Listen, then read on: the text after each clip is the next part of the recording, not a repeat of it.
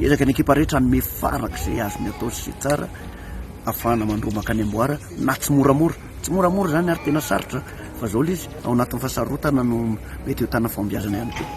Les Baréas essaieront ce samedi de battre les Lions de l'Atlas marocain. Ce sera en terre kenyane à l'occasion de la finale du Tchad. Sur le papier, le Maroc est le favori de la confrontation. Mais Madagascar n'entend pas se laisser intimider. Anararaotra farany sy azonay atao zay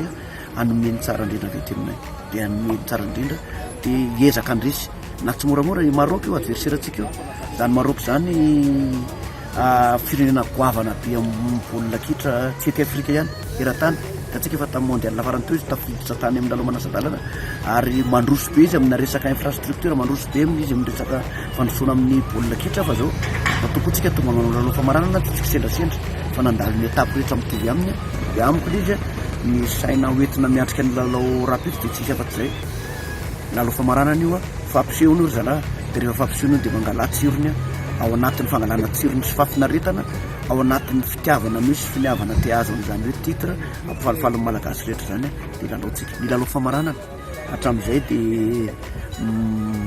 mitandrina sy mieritreritra foana ahoana ny fomanaovana izy fa zao lalao famaranana io dia lalao famaranana io tena tadiavina sy alaina mihitsy alaina io zany tsy lolovina tsony hoe lolovina fotsiny fa tena miezaka dia tokony manana heritsaina sy herim-po ary indrindra fitiavana dia tena vokatry ny foa ny lalovana rapitso ahafahana manao an'izay fandraisana izay arataratasy ny baolina kitra misy favori misy hoe tsy maintsy ihany na ambony be fa rehefa ambony kianja 11 contre 11 dia hiezaka ny ekipa rehetra anome farak'izay azony atao sy tsara ahafahana mandromaka any amboara na tsy